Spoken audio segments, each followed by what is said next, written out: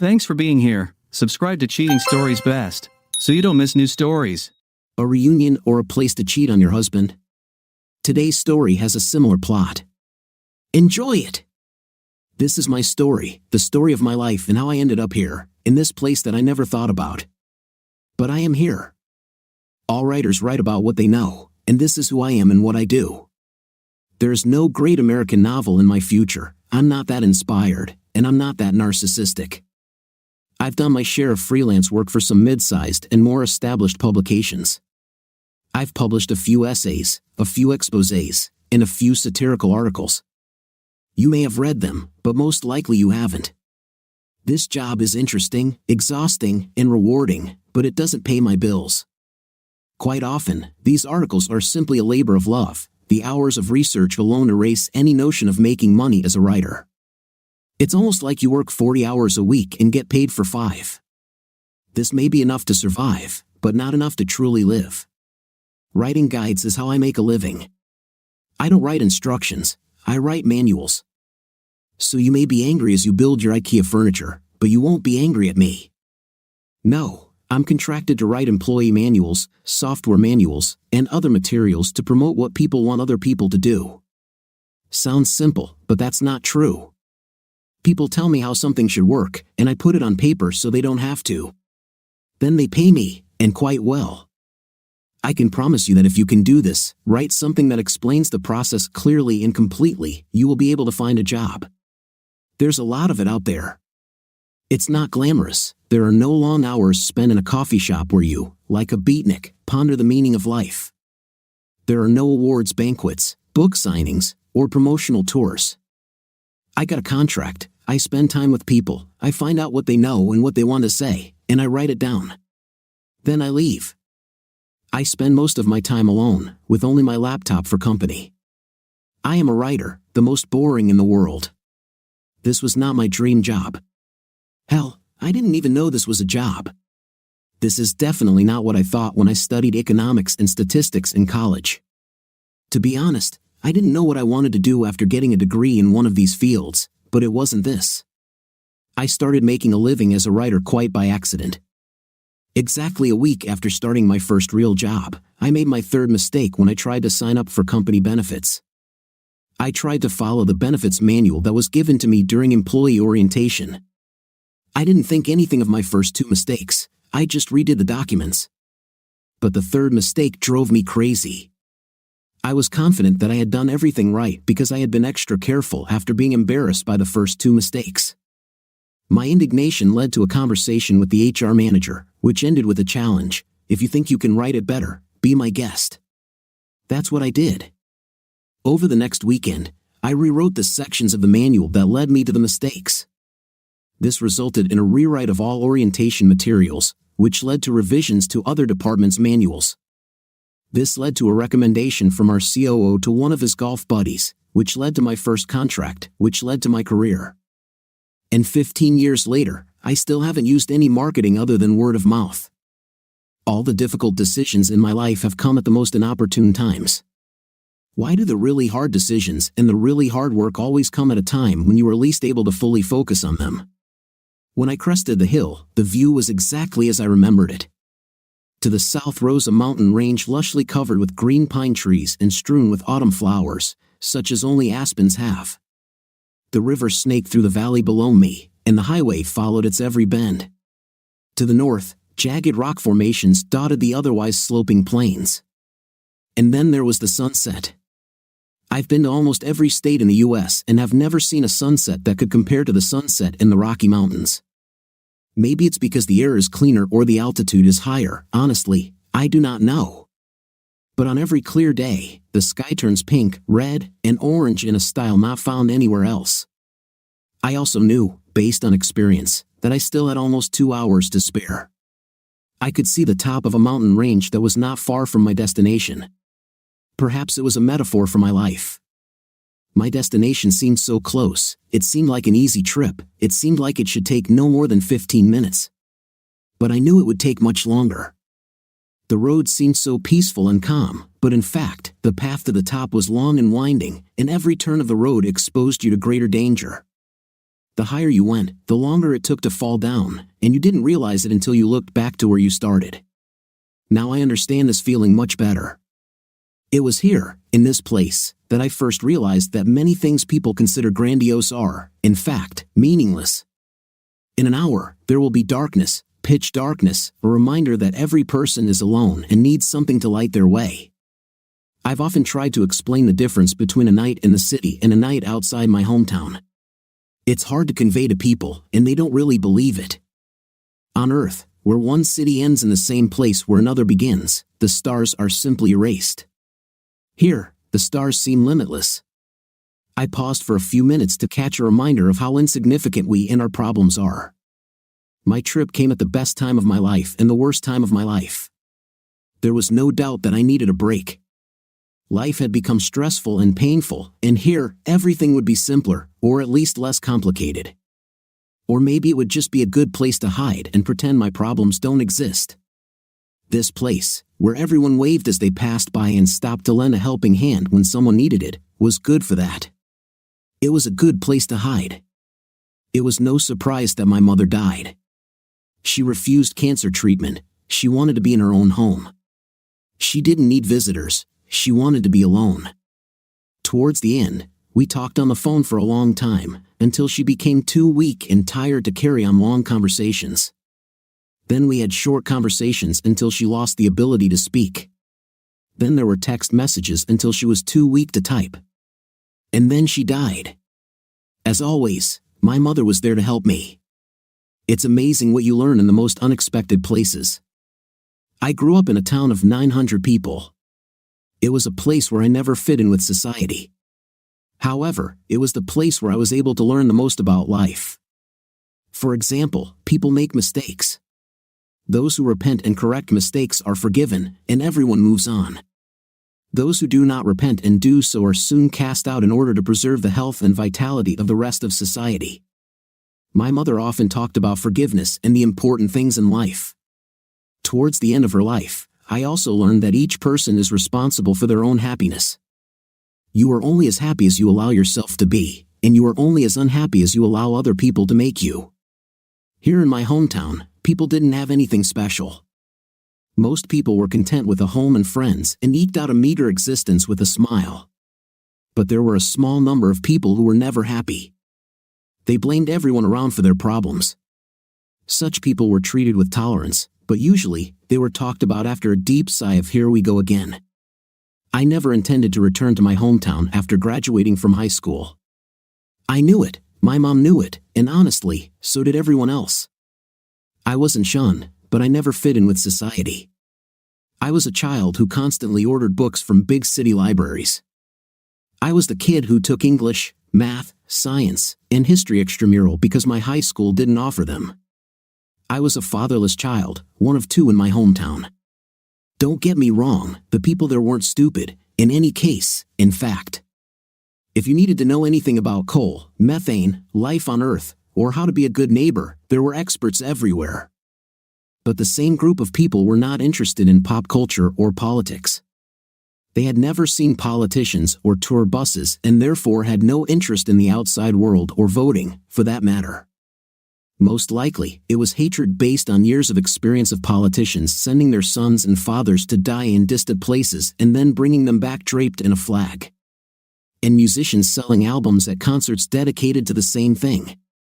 Their independence from the outside world and indifference to it were deserved. They weren't interested in technology. In all my formative years, there was only one computer gathering dust in the public library. There was no cable television, and only one massive satellite dish on the Taylor Ranch. After all, the Taylors were the richest family in the area. No, here, the only important things in life were discussed in a diner on Sunday morning after church. The evening news was never more important than who in town needed help. Here, people cared about each other, kept to themselves, and said to hell with everyone and everything. Taking out a loan was as easy as going to the grocery store with a note from mom saying she would pay the bill when she came into town in a few days. As a child, you couldn't get away with anything. People knew you, they knew your parents, and someone was always making sure nothing got out of hand. It was strangely soothing to hear the roar of the cattle drives as the wheels of my late-model foreign sports sedan passed over them. Then I felt a sense of peace creeping into my soul when at the only intersection with a stop sign, I paused for a few seconds. My car didn't fit into the parade of American trucks and SUVs like never before, but this was my hometown. Life is full of coincidences, and the world is small. There's really no other way to explain it. My job required me to travel frequently. When I was younger, I hardly needed an apartment. I was never home anyway. As I got older and wiser, my services became more in demand and my prices increased significantly. But the best part was that I could set my own schedule. For the past 15 years, as my priorities have shifted to more important things, I have traveled for no more than 8 consecutive days once a month. And the rest of the time, I have worked in the safety and comfort of my home. These were the things I treasured most: my friends, my children, and until recently, my wife. However, I was an expert at life on the road. I've learned all the tricks to make the most of my time spent in airports, hotels, and restaurants. I have become an expert at packing. I could name the healthiest food choices in almost every restaurant in every city I visited. I could also name the friendliest places to drink beer in almost every major city in the US. That Thursday, I was in one of these places. That Thursday, my life changed forever. Life is full of coincidences. What if I didn't have such a knack for talking to strangers? What if I didn't have such a morbid fascination with eclectic people and their different habits? What if I stayed in my room and went to bed at a reasonable hour in preparation for an early morning flight home the next day? Would I be better off? Would my life be better if I hadn't met him? I attended a small liberal arts college in the upper Midwest with an outstanding academic reputation, a great music and choir program, and some pretty terrible sports teams. It was perfect for me. I know that at some of the larger universities in the area, the annual student population was in the tens of thousands. There were 3,200 people studying in our college. This may not seem like much, but it was a far cry from my high school graduating class of 14 people. College, what can I tell you? Everything was different. I arrived on campus as a child facing the world for the first time away from home like never before. To be honest, I was scared to death. From what I know about college experiences, mine was pretty average. I was on a full scholarship, and knowing that if I lost the funding, my college career would be over, that was enough to keep me in check. I signed up for the choir and was one of only 4 students in the history of the school to earn a spot in the top auditioning choir for all 4 years. I guess the years of being the only under 50 member of the church choir on Wednesday nights and Sunday mornings have finally paid off. My school was unique in that the choir members were more popular on campus than the athletes. When your football team loses every week and your basketball team misses the conference tournament every year, it's pretty hard for an athlete to claim the title of big man on campus. But the choir was known throughout the country, received awards.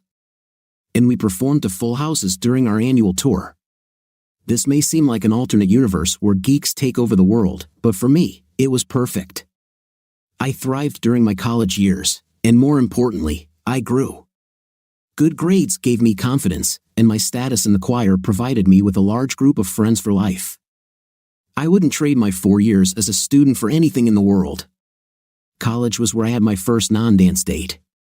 It was there that I experienced my first real kiss, make-out session, and below-the-belt pleasure.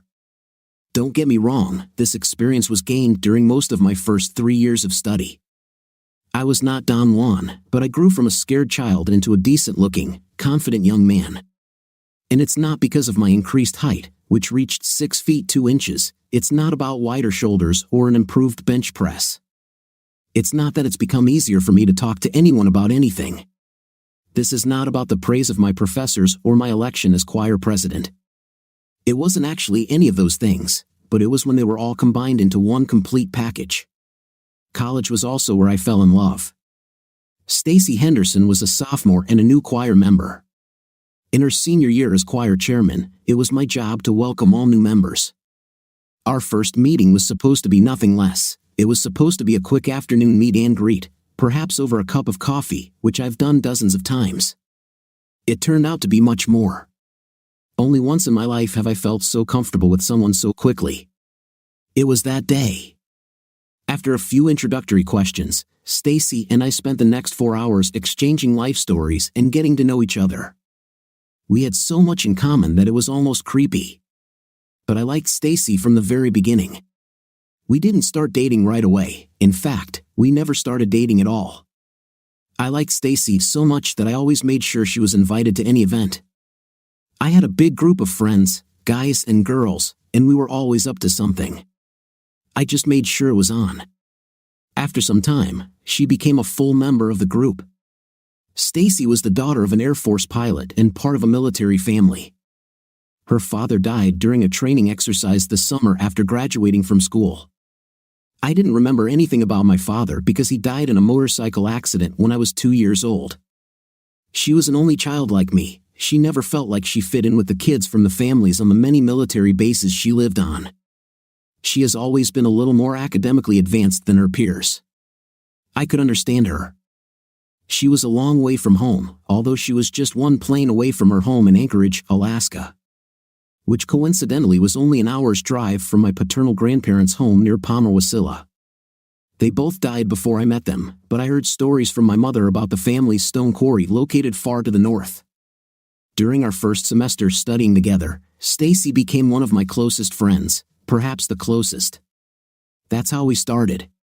When did our relationship change? I realized what Stacy meant to me during the first week of classes of our second semester after returning from Christmas holidays. She and I spent every free moment together, talking about our holidays and catching up. On Friday after our return, it started snowing, and it continued. By mid-afternoon, there were already 5 inches on the ground, and it was still snowing. Classes were canceled. I hadn't heard from Stacy, and I started to worry about her. I can't say why. I put on my winter gear and started walking toward her dorm room from my off-campus apartment. The roads were too treacherous to travel by car, and perhaps the decision to walk 2 miles across campus to her room was not the best decision. But I couldn't reach her on the phone and couldn't help but make sure she was okay. The roads were terrible, but the paths through campus where there was little cover due to the massive trees that guarded them weren't too bad. 25 minutes later, I stood in front of her dorm and clearly saw that the power was out in her part of campus. When I entered the building, I set a goal for myself: find my Stacy and make sure she's safe. It wasn't difficult to find her. All residents of the hostel gathered in a general crowd in the recreation area on the first floor. I scanned the blanket-covered masses until I found her. She looked up at me almost at the same time. In those few seconds, her smile and the relief I felt were such powerful symbols of what Stacy meant to me. I think she felt the same way. "Stacy, let's get your things before it gets dark outside. You can stay with me until the power comes on," I said. She put on a tiny smile and answered, almost in a whisper, "Okay, Jacob." This is how our love was born. Of course, there were obstacles. For example, if the campus utility vehicle hadn't been paving the sidewalks the moment we started our walk back to my apartment, we probably would have gotten stuck and frozen to death during the walk. This weekend with Stacy was probably the most non-intimate fun I've ever had alone with a woman. We spent Friday night watching movies snuggled under the covers, eating frozen pizza, and drinking hot chocolate. I slept on the couch, and Stacy slept in my bed. We made pancakes on Saturday morning, played board games in the afternoon, and had a video game tournament in the evening. I lost and was forced to slave at the stove preparing our dinner of hot dogs, potato chips, and baked beans. For my efforts, I was rewarded with a hug while watching TV that evening and a kiss on the cheek before bed. Sunday morning brought clear skies, clean streets, and a walk to church after the service and brunch at a diner near campus. We held hands on the way back to her dorm. The hugs and kisses that ended our weekend left a smile on my face for days. After that, we were inseparable. Our social activities didn't change much. We were just a couple, Jacob and Stacy. We never discussed that after graduation I would get a job in Minneapolis. There were no tears, no worries. My apartment would be an hour's drive from her dorm room, but we both kind of assumed it would work out. Stacy still had 2 years of college to complete. I had to start a career. As I already said, my apartment served only as a place for mail delivery. Honestly, a storage room and a mailbox would have suited me just fine. After the first 6 months, when I stopped working 9 to 5, if I wasn't traveling, I was visiting Stacy. Apart from this, I have nothing to say about our early years. I suppose we were no different from any other young couple in love. Everything was new and exciting. There was never a dull moment, never a time to pause and reflect. Everything was amazing. Although we talked a lot about what each of us hoped to experience in life, we never talked about ourselves. I knew what Stacy was thinking, and she could read me like a book. We were going to be together, and we both knew it. My proposal, although expected, ultimately still came as a surprise. I made it during the annual choir banquet at Stacy's senior class graduation in front of all our friends. All marriages have their difficulties and difficult times. We had very, very few of them. My business took off while Stacy was still finishing school. After she graduated from high school and was still trying to decide what career path she wanted to take. We rented a tiny apartment just in case and to save as much money as possible. Living with someone, even your best friend, is always risky. As much as I love Stacy, there were days when she just annoyed the crap out of me. We may have had more in common than any other couple I've ever met. But our personalities were not alike. I think that our upbringing had a direct bearing on this. Stacy grew up in a tough military environment. I grew up in the mountains of Wyoming. Her daily activities were scheduled and required dedication. I took on everything that the day put in front of me. In the beginning, while we were setting boundaries and testing each other out, this difference caused a lot of friction. Not too long later, I learned to appreciate our differences as Stacy's gift to our marriage, and I loved her even more for being strong in areas where I needed improvement. I'm sure she felt the same way. It was a night that always brought us back to equal conditions. When we were young, our love life has always been good, often great, and often damn fantastic, with a few twists and turns. I was a virgin when Stacy and I first made love a few months into our marriage. I'm sure Stacy was a virgin too, although by unspoken agreement, we never mentioned our previous bed experiences. During our first night together, it seemed like Stacy was just as nervous as I was and just as excited about the moment as I was. Exploring Stacy's whole body for the first time was an unforgettable experience for me. She was stunningly beautiful without clothes. Her body responded to my touch, her face flushed, her breathing quickened. We were perfect for each other. After our first time and for a very long time in our relationship, we had intim every time we were alone, as if I were a man on death row with one conjugal date left. For her part, Stacy took great pride in her role as a seductress, finding more and more ways to entice me. During the first year of our marriage, we spent most of the time, when I wasn't on the road, in bed, or on the couch, or in the shower, or on the kitchen table, or in a darkened parking lot. Every marriage has its problems, but night was not one of ours. The only truly difficult time came at the beginning of the second year of our married life. I started traveling more often, Stacy started a new job, our schedules conflicted, and our communication suffered. For months, we nagged each other to death and complained about things more than we enjoyed each other's company. At the height of the relationship, I was miserable and tired of all the arguing. When Stacy called me for planning to attend the annual choir reunion without her when she had to attend a conference for work, I began to look forward to a few days away from my wife and realized that this was not a good thing. The homecoming went well, but it was still a little cold at home when I got back. Then, out of the blue, after all these weeks and all this arguing, Stacy apologized. At the time, I considered this the most sincere apology I had ever received. She said that her job was stressful, that she didn't have enough time to spend with me, and that she was frustrated with our erratic intimate schedule. I apologized for letting the situation get out of hand and not making more of an effort to make her feel valued, and we moved on. 2 weeks later, she announced that she was pregnant with our first child, a little girl. After 2 years of our life together, our first son was born. 2 years after this, our family was expanded with twin boys. Stacy stayed home with our kids until they were all off to school. Then, she went to work, but very rarely, to keep herself busy and active. Children were like the glue that held our puzzle pieces together. We were almost inseparable. After the birth of our first child, we took care of each other and the children. We rarely argued about anything and never about anything important. I loved my family and their daily reminders of what is truly important in life. Stacy was a fantastic mother, the best. As a life partner, she was even better. We missed all the things that cause young parents to have a reduced night life. The more children we had, the more excited we became. While 3 to 4 times a week was the norm, weeks of daily intim were not unusual. Even my vasectomy after the birth of twins was like a jolt of energy in our intimate life. We had reckless intim for several weeks after my recovery. It's like all the stars are aligned to ensure that we always have enough alone time. As adults, there was simply nothing wrong with our marriage, our night life, or our family, until this happened.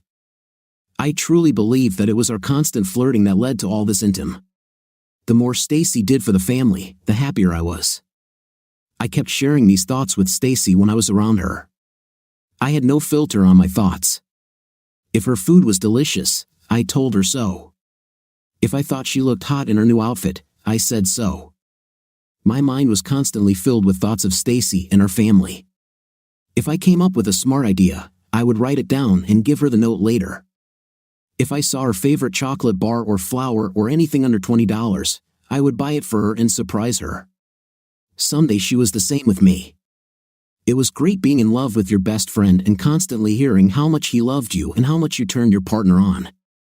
Those few months of disappointment at the beginning of our marriage were just a blip in our lives, which were soon forgotten and replaced by a love that I cannot describe.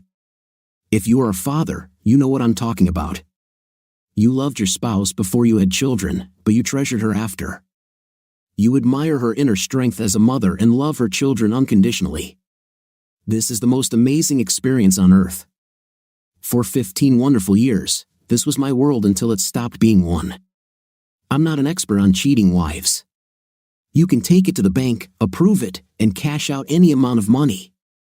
I would put my faith in my wife's fidelity against any bet you would offer, and to find out that I was wrong and for so long was the most difficult, spirit-crushing, disorienting event in my life.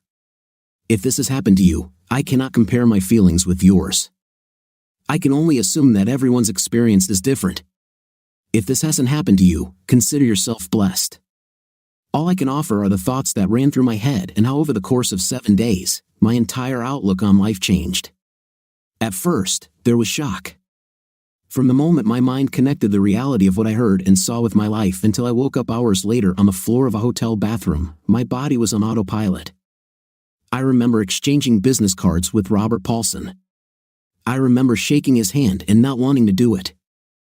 I remember how cold I was, how he didn't notice my trembling hands. I'll never know. I remember taking the elevator up to my floor in the hotel. My stomach rose into my throat the moment it started moving. I remember bending over and putting my hands on my knees, trying to catch my breath and compose myself. I remember the feeling in my chest. This was no ordinary pain, not even the most excruciating one. It was something much more. It was as if my entire body was being squeezed by some invisible force, causing the bones of my body to grind against every muscle, tendon, and nerve ending. It literally hurt every time I moved, even just breathing. Months later, I remembered this moment and gave it an exact name. It was the pain of death. At that moment, my love for my wife died, despair was next, and it lasted much longer. My usual rise at 4 a.m. hardly attracted my attention. When it did ring, it was a habit, not a conscious thought. At the airport, my first conscious thought was that my socks didn't match, one was brown, the other black. Airport security still let me through. This was the first of many things I didn't notice in those first few days. My clothes were clean but wrinkled. I showered but decided to skip some other basic self-care routines. With my finger-combed hair and unshaven face, I bought overpriced chewing gum from the gift shop to hide the fact that I hadn't brushed my teeth or used mouthwash. I looked out the window as the plane took off, and then for the first time in my life, I fell asleep in the air. I woke up when the wheels touched the ground and brought me out of my slumber. After that, my usual excitement of being home and minutes away from meeting my wife and children gave way to a sullen apathy. Was the sky overcast, or did everything look gray for some other reason? I can't say for sure, but the colors in the world have definitely disappeared. Indifference to things was an unusual experience for me. Even at your worst, you still have survival instincts, and my instincts ruled the day. I was angry that my luggage was delayed while disembarking the plane, but I refused to swear at the baggage attendant because there was a mother standing nearby with her children. I didn't care that I almost caused an accident by driving into oncoming traffic, but I wasn't driving recklessly, and I was wearing my seatbelt. Even at his worst, my wild beast was a weakling and probably a coward. I hated myself so much for this realization. Coming home that first day was surreal. It was like I was watching a movie about myself going through the process of reuniting with my family. I received hugs from the twins, knuckles from my oldest son, and a kiss on the cheek from my wife. It was a miracle I didn't throw up in the foyer when her skin first touched mine. I clung to my daughter's arms as if she were the only medicine that could cure my illness. Stacy immediately became concerned about my behavior. "Are you okay, Jacob? You're acting strange and look like you're about to fall." "I do not feel well," that was the only thing I could say. After that, I retreated to the bedroom and chased sleep until I caught it and forced it into submission. I would periodically wake up to the sound of Stacy checking on me. I preferred to drive her away with a groan and lean back on the pillow. I repeated this action for the next 2 days, fighting off Stacy's attempts to get me to call a doctor.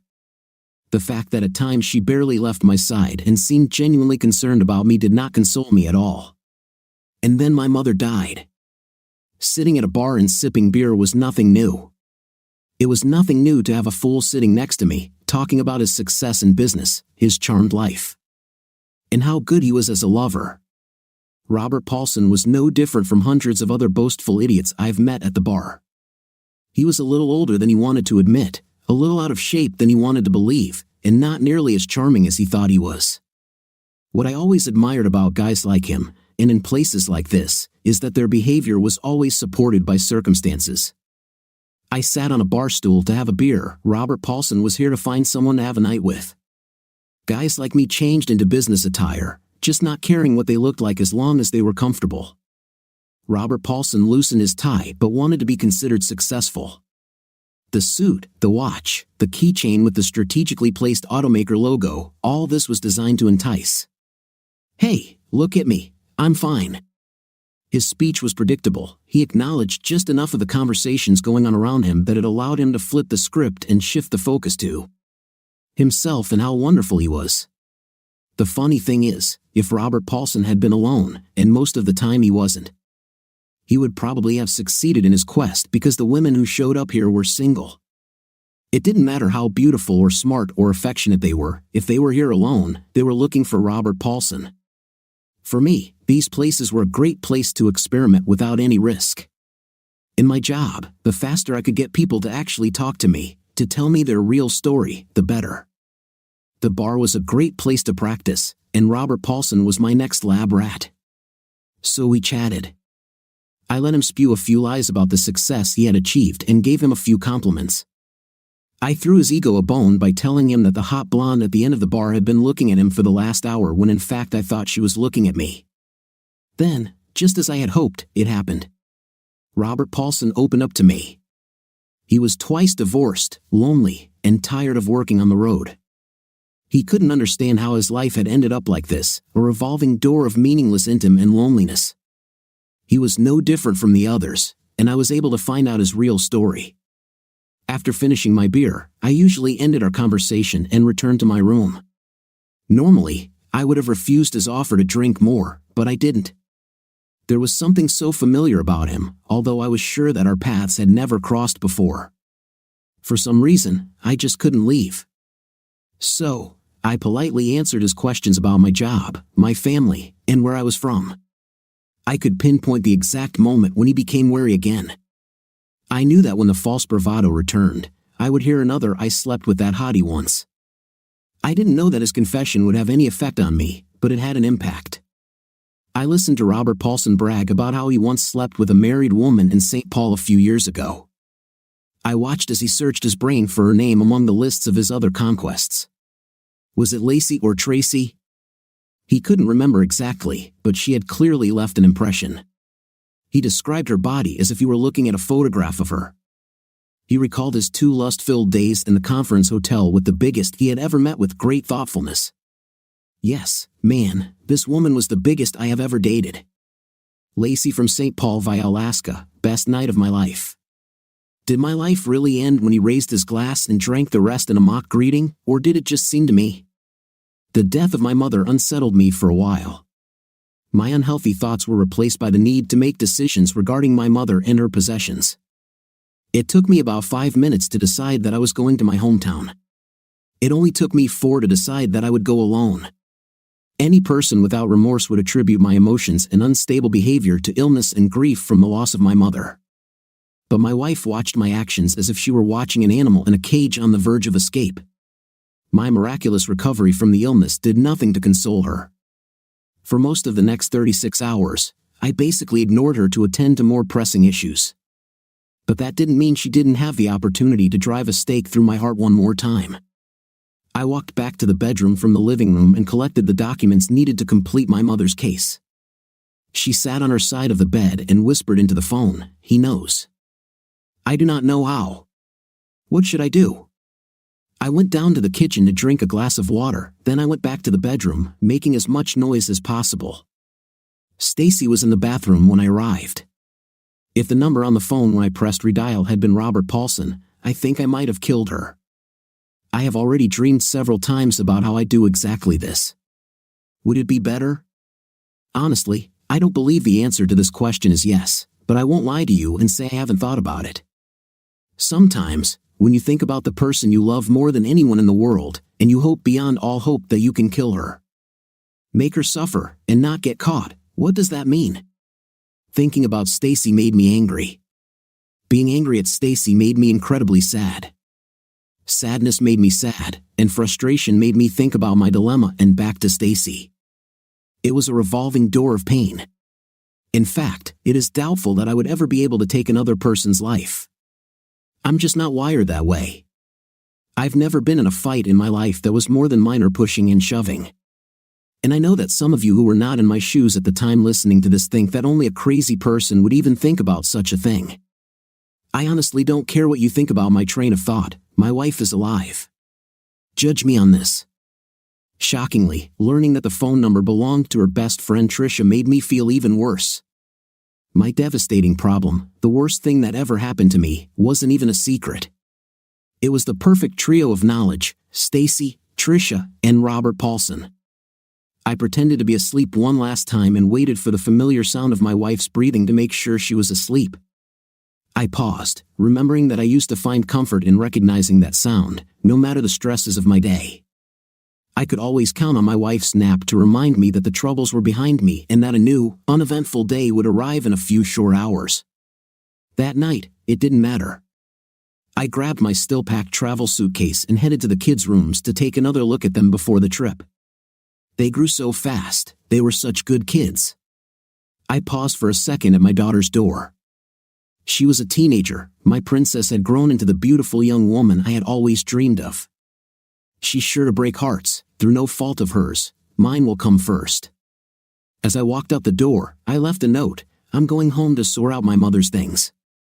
It probably won't take more than a week. Jacob." If you hadn't guessed, what came next was anger. My anger grew little by little throughout the 10.27 miles I drove to my hometown. At first, I was angry with myself. How could I be so stupid? How could I not punch this in the face? Why didn't I confront my cheating wife? It couldn't have been easier. I loved her, or at least I did until recently. Confrontation would lead to confirmation that it could be worse than what I felt at that moment. It also meant that I was a coward. Why was I a damn coward? No one and nothing could save me from the rage burning in my mind: our pastor, our friends, my mother, her mother, and the patrolman who gave me a well-deserved speeding ticket. No one was safe from my inner rage. Everyone got their fifth place kicked in my head, everyone except my children. It wasn't their fault. My loving wife, she got it the most. My emotions ranged from pleasant thoughts about my children to depressive thoughts about what I knew would now be my life to painfully vindictive thoughts about how to exact devastating revenge on years of lies. They say there's a fine line between love and hate. It should be added that there's a fine line between blind white rage and complete madness. That's exactly how I felt. It didn't take long before the events of my week took their toll, and I started to get tired. But at the same time, adrenaline was rushing through me. I was literally too excited to sleep. I have never been in a situation where my life depended on my next decision. I have never been so scared that I thought that my inaction would cost me my life. But in those moments, I knew what the fight or flight response felt like.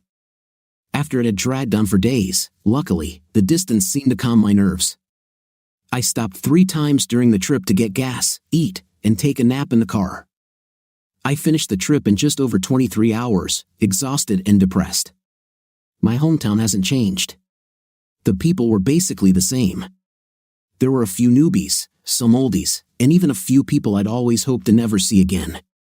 They were all glad to see me, sorry about my mom's death, and each of them hoped I would stay in touch. Of course, these were platitudes. More than likely, I will never come back here again. I'd only been here a half-dozen times since high school, and now I had no reason to go back. At the end of 4 days, I was sure of 2 things. My mother had lived a calm, fulfilling, and generally happy life, and I had pleasant memories of her. The reality was a little different. Mom was tough, straight to the point, pulling no punches, taking no. This was what I loved and hated most about her. On the bright side, I never had to worry about what my mom thought of me or my choices. She was just letting me know. On the other hand, it might be nice to have a little unconditional reassurance from time to time. Instead, she taught me to be independent and stand up for myself. I think overall I was very lucky despite my childhood desires to have a Miss Suea stay-at-home mom. Boxes were piled up in the living room. Some of them were donated to the church for charity, most ended up in the trash. There were no family heirlooms to carefully pack for the trip home, just photographs, letters, and a few items that had special meaning to me. The pile I kept for myself was the smallest in the group. Unfortunately, while packing was a nice distraction from my problems, it didn't solve anything. To be honest, I wasn't sure they could be solved. My anger and disappointment dissipated just a little. They were buried but not replaced with unanswered questions. And so, during these 4 days, I wrote down these questions. This was what I was good at. 126 questions, questions that will hopefully lead to the answer to the one question that matters to me that I didn't write down. Do I still have a marriage left to return home? I spent evenings rereading them and writing them into emails from time to time. I rearranged them, trying to move from the least important issues in my opinion, such as night and affairs that I knew about, to the most important one, important things. Things that will have a lasting impact on my family. I spent quite a bit of time thinking about what answers I would consider acceptable. Often, I found that I couldn't come up with a viable option and was forced to replace it with a what I can live with answer. When I finished answering my questions, I emailed them to my wife with a short note. I will need your answers to these questions, best in writing. My point was quite simple. Her answer would tell me a lot. If she had gone to a lawyer in preparation for a divorce, he would never have allowed her to put her thoughts in writing, and I would not have received any answers. It would have been everything I needed to know. This happened almost immediately. As soon as I clicked the submit button, this is what followed. There are things in your life that you simply take for granted. I don't mean things that you ignore and hope are still there when you start paying attention to them again. I mean things that are simply always true, things that become the foundation of the life you build. Sometimes, it's the big things, sometimes it's the little things, but they are always true.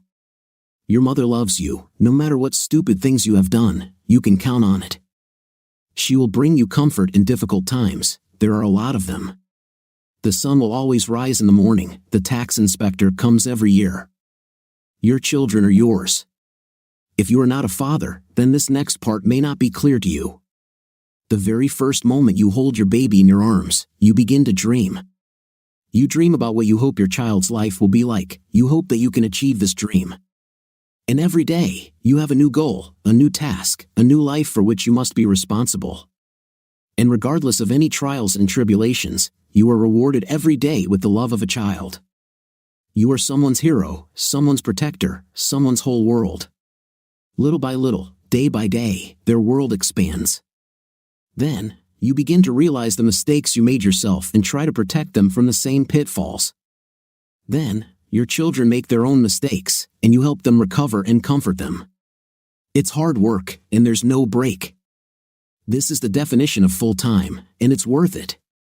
All my children had completely different characters, even the twins were different from each other. But one of the great things about being a father, if you're anything like yourself, is finding what you passed on to your children, your quirks. The little details that make you, well, you. When you see them being passed on, you can't help but smile. I could try to write them all down, but many of them are just personal things that are hard to describe, but they were there. Some are easy to describe. All my children loved music. That was a big part of both Stacy and me. The boys all looked like me, right down to their straight hair, which became more and more curled as they got older. My daughter was Daddy's little princess and my favorite. I know, parents don't have favorites. I loved all my children equally, but my daughter was the sweetest thing in the world, and she always had to sit next to me or sit on my lap or hold my hand. Our connection began right from her birth, when she would often not stop crying until she was in my arms. This continued until the evening before my last work trip, when we went to the movies for another father-daughter date. My daughter was almost a clone of her mother. She had beautiful eyes. When she was a little girl, they were brown. People said they looked like mine. I never thought so. The color was close, but the shape was different. The more she grew older, the more green the color appeared. She had cute little dimples, a beautiful smile, and her mother's hair and those piercing green eyes. Robert Paulson's eyes. Now I knew, and it shook me to the core. Was everything I believed in a lie, or is it just like that? I don't know whether, fortunately or unfortunately, I was in no hurry to go home. The positive side of this equation was that my anger dissipated. I wanted to make good decisions, and my anger seemed to distract me from that goal. On the other hand, loneliness left me with a lot of time to question everything about my life, every moment I shared with my wife, everything she ever said to me. I ended my journey nervous and feeling like I didn't have a core set of beliefs to hold on to. I was a shell of a man, wandering aimlessly through life. During my trip back, I stopped several times at national parks and monuments, mainly Devil's Tower, Mount Rushmore, and the Badlands, in an attempt to recapture the innocence of my youth. I even bought a ticket to the reptile gardens, remembering my trip. The exhibits and entertainment were about the same but not as exciting as I remembered. What I remembered as exciting now seemed banal and a little cheesy. I silently wondered if this was how all the memories in my life would end. I had no idea what to expect at home, but I knew what I wouldn't accept. Don't worry, I can already hear you, another doormat husband who was going to ignore his wife's infidelity. I can say that I didn't think so. I guess it's up to you to decide whether to believe it. My train of thought was quite simple. I didn't know enough. I didn't know what to do. Faced with a lack of information and the absence of a well-thought-out plan of action, I decided to do what I do best. Challenge my wife to talk, get the real story, and make a fact-based decision that would be best for me. Was I surprised by what was waiting for me at home? Not good. Did this deviate from my plan? Not one iota. What is the difference between my home and the morgue? The morgue houses the dead, but my house only housed the walking dead. My kids were sitting in the living room watching a movie. I accepted their embrace with as much enthusiasm as I could muster. Then the conversation started. How was my trip? Did I see anything interesting? Then came the reports of what happened in the house. But the strangest thing was my daughter's complete silence. She took her usual place next to me and continued her usual hugs, but she didn't say a word, which was unusual.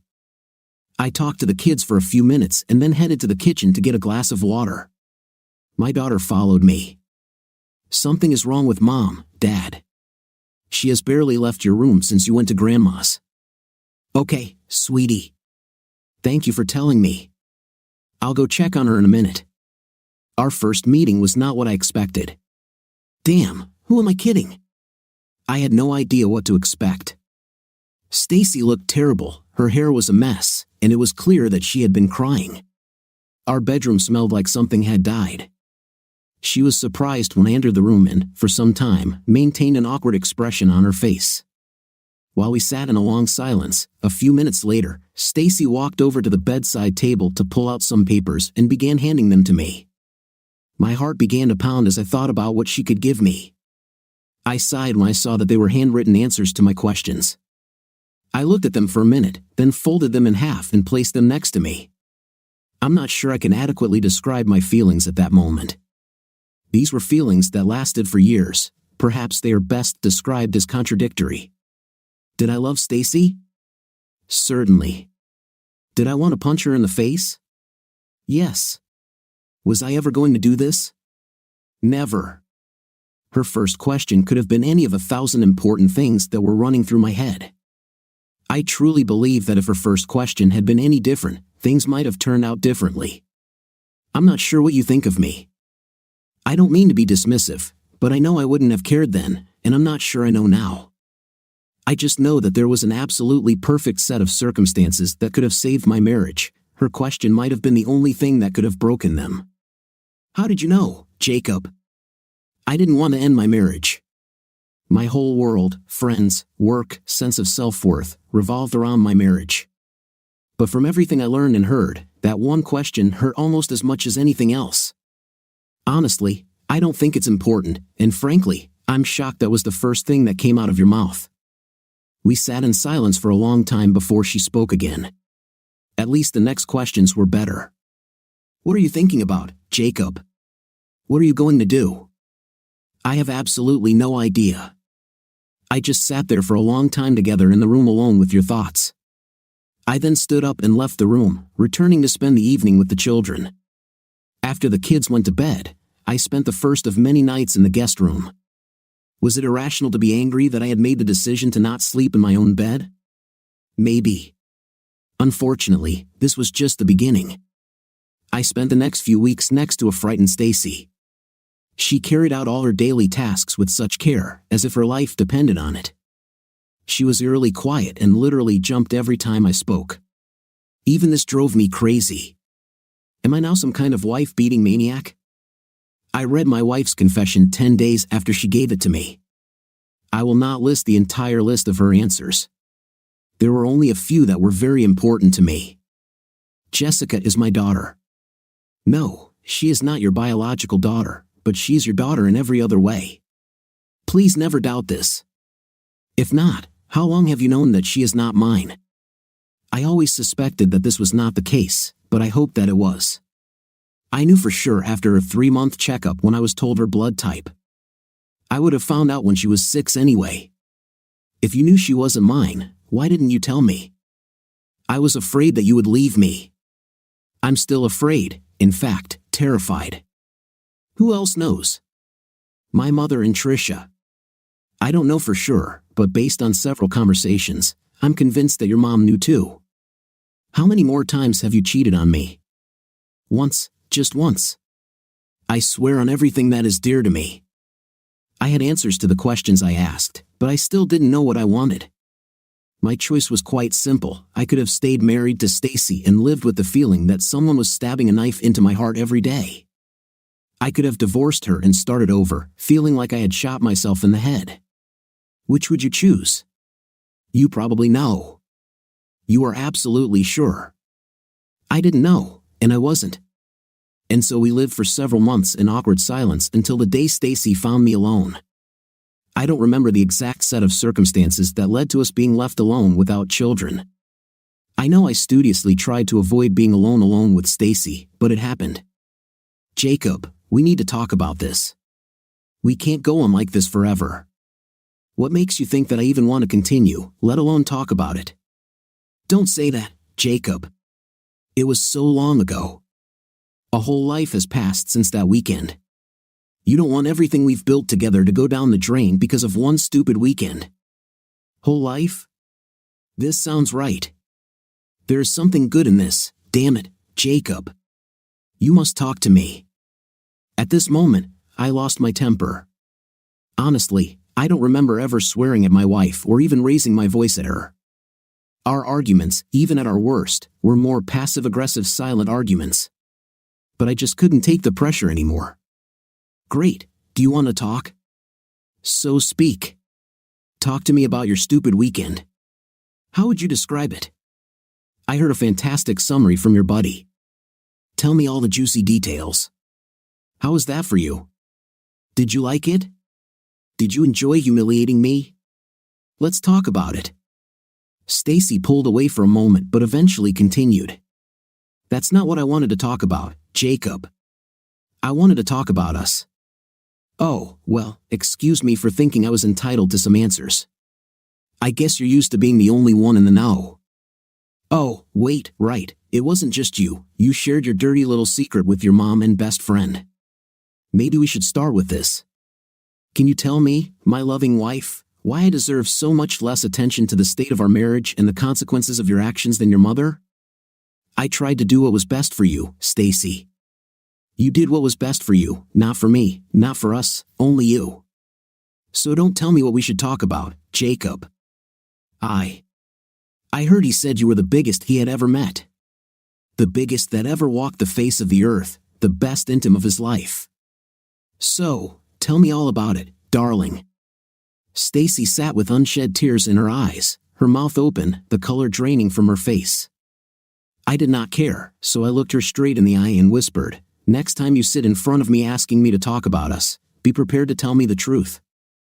And don't think that I will make your task easier for even a second. I will double-check every answer you give. Honestly, I don't know how she lasted so long. It's not that I was being intentionally cruel, but I definitely wasn't nice. I often left the room if she was in it. I never said more words to her than necessary. I slept in the guest room, and we haven't talked about anything significant since I returned.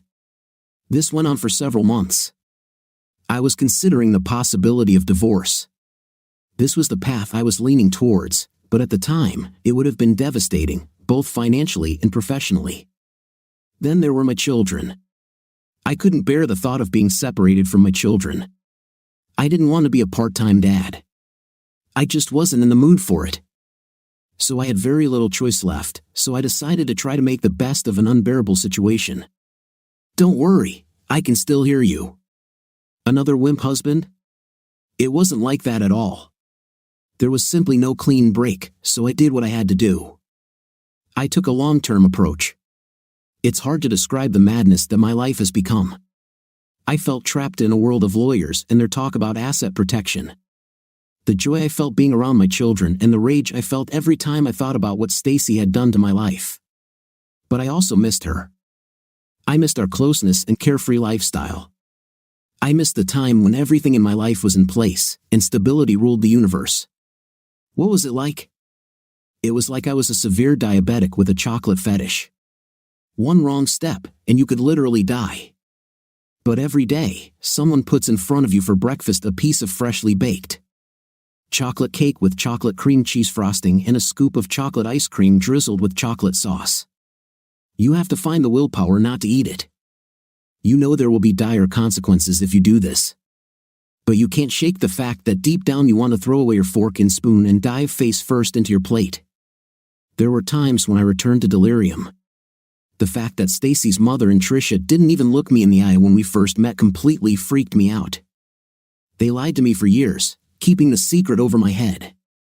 I felt like a fool when Tricia tried to mediate on Stacy's behalf. I told her to go to hell. She did not return to our house for several months. And then there were conversations. Horribly uncomfortable conversations about things I should have known but didn't want to hear.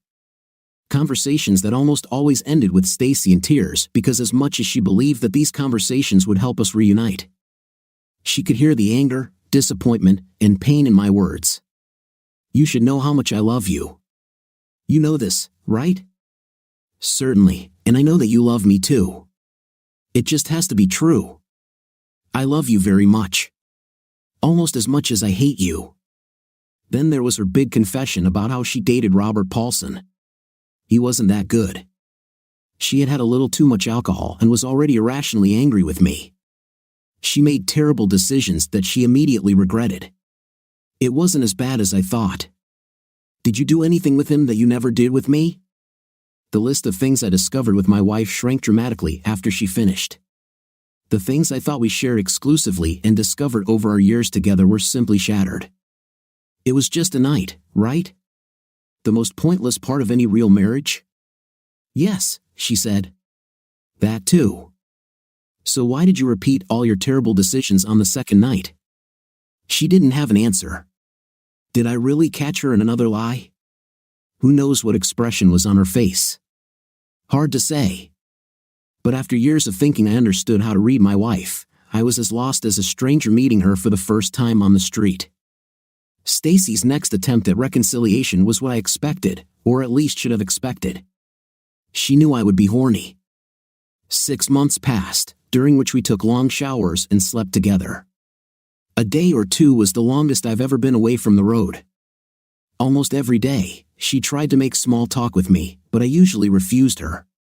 She tried to touch me, take my hand, or touch my shoulder. I usually brushed her off. But one evening, when the children were out with friends, she took it too far. As I said, I was very careful to make sure that at least one of the children was with us in the house. I had no reason to want to be alone with Stacy, but I got the dates and times mixed up. And my daughter was at a school party, and the boys were at a baseball game with friends. When she walked into the living room without clothes as the day she was born, something primal took over. That night, I had in with my wife with hatred. The tender caresses and the feeling of closeness were gone. They were replaced by hair-grabbing, slaps, and pinches of flesh designed to evoke fear. In her eyes?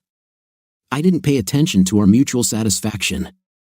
I cared only about my pleasure and those sounds of pleasure and pain that escaped from her mouth.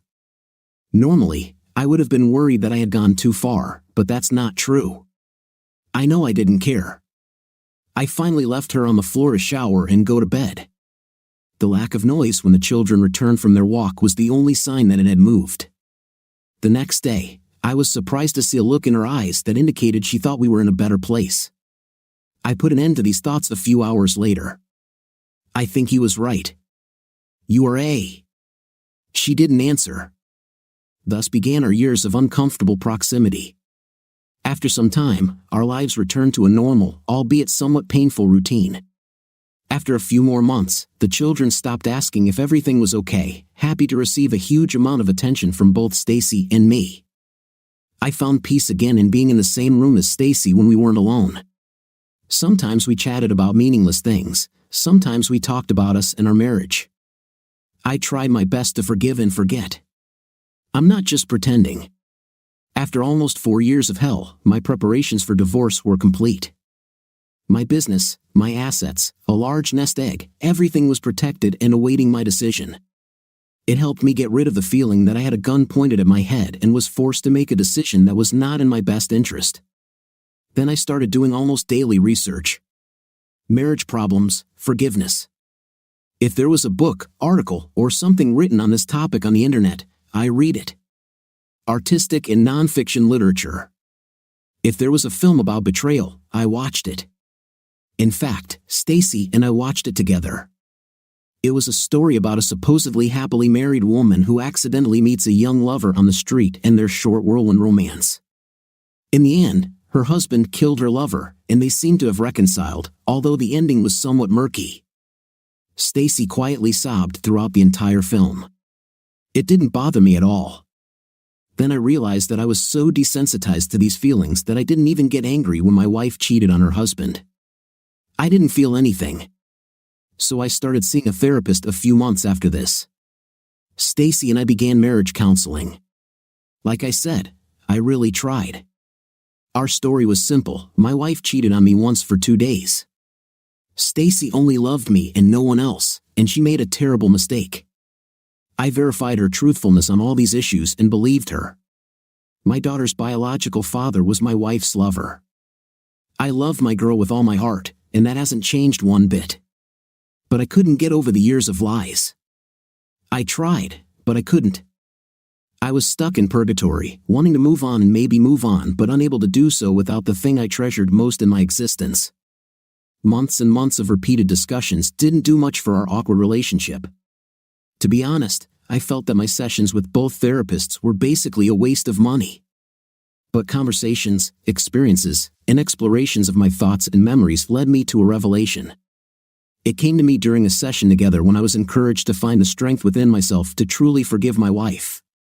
But my attention was focused on the photograph hanging on the wall. It was an engraving of the Rocky Mountains. And then it dawned on me. A $100 picture could have saved me thousands of medical bills and years of self-doubt. I felt like an idiot when I realized what was holding me back. I agree with both of you. I have to forgive my wife, myself, and of course, I didn't. But it suddenly occurred to me why I still couldn't do this. It's so simple that I even feel stupid saying it out loud. But I guess it's never too late.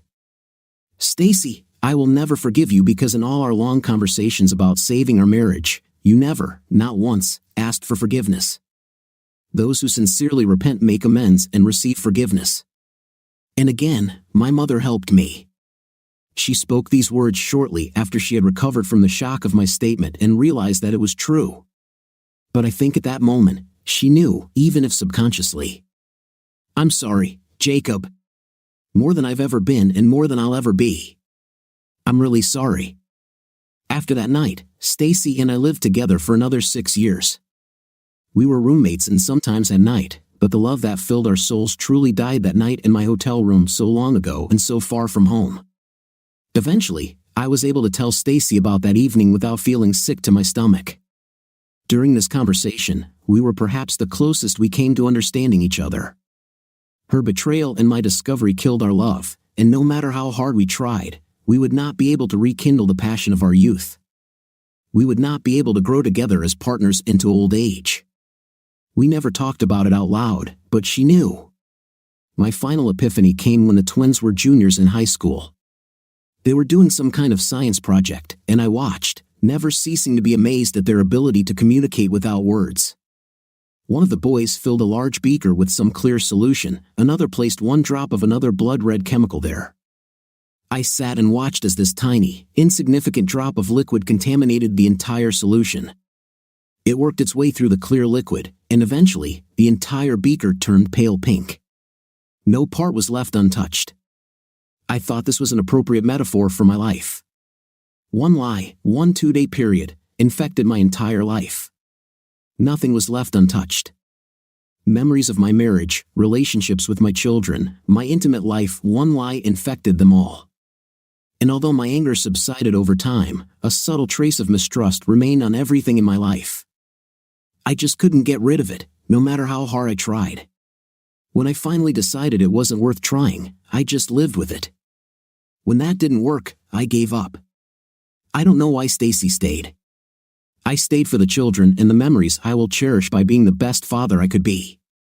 Stacy was a super mom, simply the best. But when the twins entered middle school, she began working full-time. She didn't make new friends or try to leave me. She went to work and returned home. This was her life. Whatever was keeping her static, she wasn't taking it very well. Every year, she gained several pounds. She had lost much of her generally pleasant personality. After a while, she just looked old and tired. After the first year or so, I stopped saying mean and hurtful things to Stacy. But looking back, that was the cruel thing I ever did. It seemed that the true opposite of love was apathy. I continued to make moves to further separate our finances. I found hobbies and other activities to occupy my time. I began to invest more and more of my time in friendships with golf buddies, people from church, and anyone else who shared my interests. Finally, we really grew apart, and I didn't put much effort into keeping us together. I was thinking about making our almost loveless relationship permanent. Simple affection was almost enough. But one night in the hotel bar changed everything.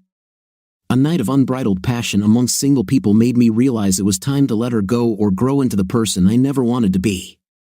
When the twins left for college, our divorce became the most anti-menopausal event of all time. I placed the papers in front of her at dinner on the 3rd evening of our life together. She smiled sadly and said 2 words before signing the papers, "Okay, Jacob." The division of the estate was generous in her favor but left my business completely intact and provided me with a very comfortable retirement life with minimal effort. Stacy will be very comfortable too, and that was all. That's how I ended up in this place to this day. After all, Stacy wasn't the one who ruined our marriage, it was me. If I had laid out a set of requirements that Stacy had to meet absolutely without question in order to save our marriage, she would have passed them with flying colors. There was no more repentant, submissive, devoted woman on the planet. Stacy never refused me anything ever. To be honest, it made me angry too. My partner, my equal, had disappeared. This woman was replaced by a little frightened girl. I often wondered how Stacy lived with her secret for so long. Having that knowledge over someone definitely tips the balance, and when it was tipped in my favor, I couldn't help but feel differently about it. The saddest thing about this whole story is that I truly believe that Stacy still loves me to this day. She doesn't go on dates, and I can always find her at home alone if we need to discuss anything related to the children or grandchildren. But I just couldn't stomach the years and years of lies, and I couldn't find the strength to truly forgive her, even if it was better for me. If you're able to follow this logic, then you are a better person than me. This twisted logic is what remains of my personal life. I know full well that I can never get back what I had with Stacy. I'm too old to even think about starting over, and everyone I meet seems to have some kind of baggage that precludes any possibility of serious commitment. But I do feel like I did the right thing by my kids, and Stacy too, for that matter. So I sleep peacefully at night, mostly alone, but sometimes without it. I have no problem if you question my judgment. I know I doubted it, and I still doubt it. Was there one event that happened so long ago that should have been unforgivable, or was my life one continuous life superimposed on another? Did I raise someone else's daughter as if she were my own? Yes, but I never loved her less after I found out. I never told her the truth, and I don't think Stacy did either. If she guessed it herself, she didn't say anything and didn't change her behavior towards me. I don't know the right answer. Does it exist? Who the hell knows? I am no longer a truly happy person, but I'm not unhappy either. I live one day after another. Sometimes I yearn for my old life, but not too often, honestly. Mostly, I'm fine. Real life has an end, and they are not always happy. And that was my story. What do you think of our story today? It seems to me that the wife should not have ruined such a great relationship with such a great husband. They had just started to develop and were perfect for each other. What's your opinion? Write your opinion in the comments. See you in the next video.